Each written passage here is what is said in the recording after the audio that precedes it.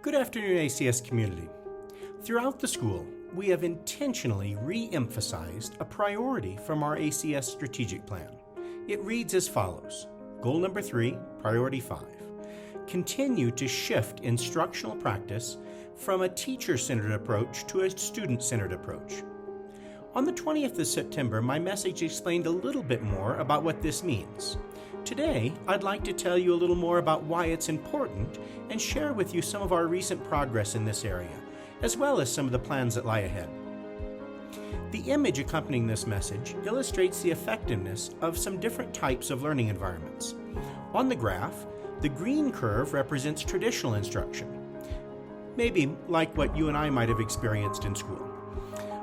The blue curve represents student-centered instruction, where we're moving. The horizontal axis is student achievement. While the graph was made for illustrative purposes, the general features are supported by many studies. The first point to make is that student-centered methods are not always better. For instance, you could throw a stack of encyclopedias into a room full of kindergartners, expecting them to learn to read. While the students would be guiding their own learning in a student-centered manner, it would be very unlikely that any of the students would learn to read. This is illustrated in the image by the stack of books on the left. Looking more closely, you might notice that traditional instruction, illustrated by the green line, can create a minimum or a floor for student achievement, but it also creates a ceiling beyond which few students can excel. So using traditional methods might be useful if your goal was to establish a competent school with few resources.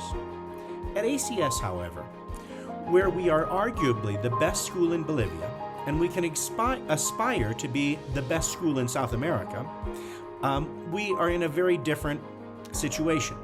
Thus, we should not settle for being just a competent school. Our vision, after all, is to be a model of excellence. As you can see, effective student-centered instruction opens a pathway to student achievement beyond what is possible with traditional methods. For some time, our teachers have been shifting their instructional practice toward practices that will yield greater student achievement.